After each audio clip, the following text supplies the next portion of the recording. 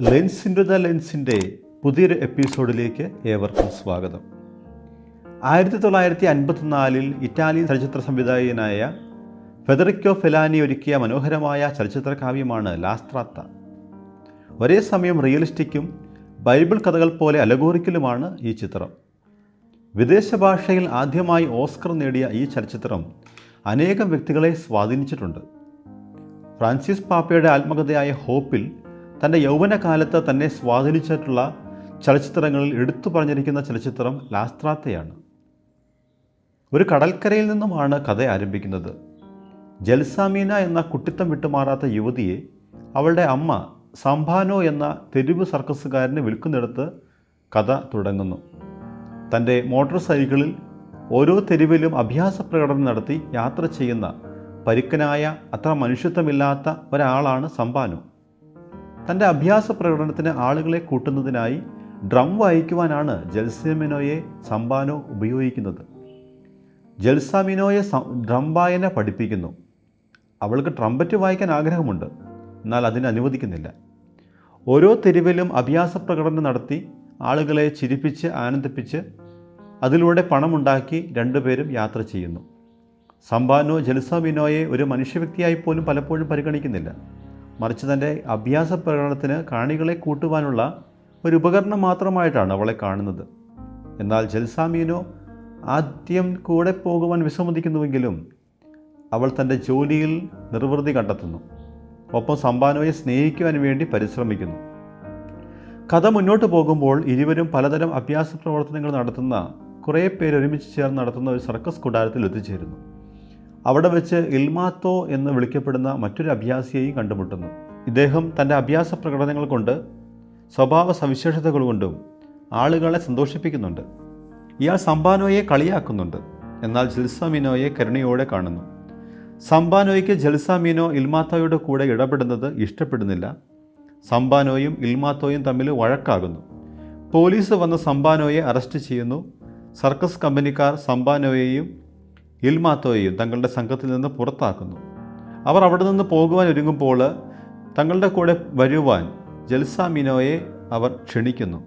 എന്നാൽ അവൾ പോകുന്നില്ല. സംഭാനോയ്ക്ക് വേണ്ടി അവൾ കാത്തിരിക്കുന്നു. ഇൽമാത്തോ ജെൽസാമിനോയോട് സംസാരിക്കുന്നു. ഈ സംഭാഷണം വളരെ ഹൃദയസ്പർശിയാണ്. പുറമേ ഭ്രാന്തൻ എന്ന് തോന്നുന്ന ഇൽമാത്തോ ഒരു തത്വജ്ഞാനിയെപ്പോലെ പ്രപഞ്ചത്തിലെ എല്ലാ വസ്തുക്കൾക്കും അതിൻ്റെതായിട്ടുള്ളൊരു ഉദ്ദേശമുണ്ട് എന്ന് ജെൽസാമിനോയ്ക്ക് പറഞ്ഞു കൊടുക്കുന്നു. ജെൽസാമിനോയുടെ ജീവിതത്തിനും ഒരു പർപ്പസ് ഉണ്ടെന്ന് അവൾക്ക് മനസ്സിലാക്കി കൊടുക്കുന്നു. തൻ്റെ കൂടെ പോരുന്നോ എന്ന് ജെൽസാമിനോയോട് അയാൾ ചോദിക്കുന്നുണ്ട്. ഇല്ല എന്ന് അവൾ മറുപടി പറയുന്നു. അപ്പോൾ അയാൾ പറയുന്നു, നീ സംഭാനോയുടെ കൂടെ നിന്നില്ലെങ്കിൽ വേറെ ആരാണ് നിൽക്കുക?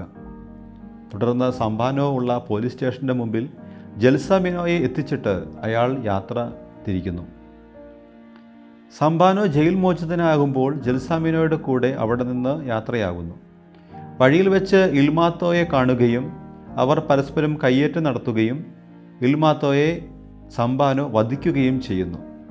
അത് ജെൽസാമിനോയെ ഏറെ വേദനിപ്പിക്കുന്നു. അവൾ തുടർന്ന് യാത്രയ്ക്ക് മുതിരുന്നില്ല. സംഭാനോ അവളെ അവിടെ ഉപേക്ഷിച്ചിട്ട് അവിടെ നിന്നും പോകുന്നു.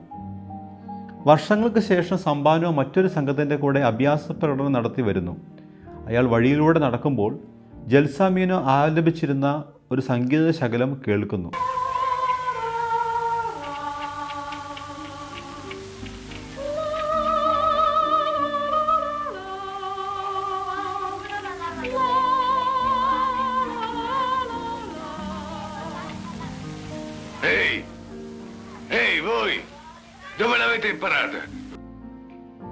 അവിടെ നിന്ന സ്ത്രീയോട് ആ സംഗീതം എവിടെ നിന്നാണ് പഠിച്ചത് എന്ന് ചോദിക്കുമ്പോൾ ഇവിടെ ഒരു സ്ത്രീ ഉണ്ടായിരുന്നുവെന്നും അവൾ എപ്പോഴും ഈ ഗാനം ആലപിച്ചിരുന്നുവെന്നും എന്നാൽ അവൾ മരിച്ചുപോയെന്നും പറയുന്നു. ആ വാർത്ത കേൾക്കുമ്പോൾ സംഭാനോ കടൽക്കരയിലേക്ക് നോക്കി നെടുവീർപ്പിടുന്നു. പിന്നീടുള്ള ഓരോ നിമിഷവും സംഭാനോയിൽ മാറ്റം സംഭവിക്കുന്നു. ഉരുക്കുപോലുള്ള ആ മനുഷ്യൻ പതിയെ ഉലയാൻ തുടങ്ങുന്നു. അവസാനം കടൽക്കരയിൽ കണ്ണീരോടെ കിടക്കുന്ന സംഭാനോയെ കാണിച്ചുകൊണ്ടാണ് ചലച്ചിത്രം അവസാനിക്കുന്നത്. ഈ ചിത്രം റിയലിസ്റ്റിക് എന്ന നിലയിൽ 1950 കാലഘട്ടത്തിലെ ഇറ്റാലിയൻ ജീവിത സാഹചര്യങ്ങളെ കാണിച്ചു തരുന്നു. ഒപ്പം തന്നെ സിംബോളിസത്തിലൂടെ മനുഷ്യജീവിതം ഒരു യാത്രയാണ് എന്ന് ഈ റോഡ് മൂവി നമുക്ക് പറഞ്ഞു തരുന്നു. ആ യാത്ര ഒരേ സമയം സങ്കടങ്ങളും സന്തോഷങ്ങളും പൊട്ടിച്ചിരികളും കണ്ണീരും നിറഞ്ഞതാണെന്ന്, എല്ലാ യാത്രയ്ക്കും ഒരു ഉദ്ദേശമുണ്ടെന്നും നമുക്ക് പറഞ്ഞു തരുന്നു.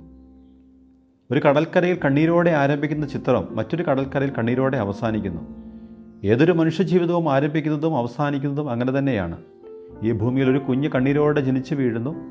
മനുഷ്യ വ്യക്തി മരിക്കുമ്പോൾ ചുറ്റുമുള്ളവർ കണ്ണീരോടെ അയാളെ യാത്രയാക്കുന്നു. മറ്റുള്ളവർക്ക് വേണ്ടി എല്ലാ സഹനവും ഏറ്റെടുക്കാനും സ്വയം വിലയായി നൽകാനും തയ്യാറാകുന്ന ജൽസാമീനോ നിഷ്കളങ്കരായ, പാർശ്വവൽക്കരിക്കപ്പെട്ട, പലരാലും ചൂഷണം ചെയ്യപ്പെടുന്ന എല്ലാവരുടെയും പ്രതീകമാണ്.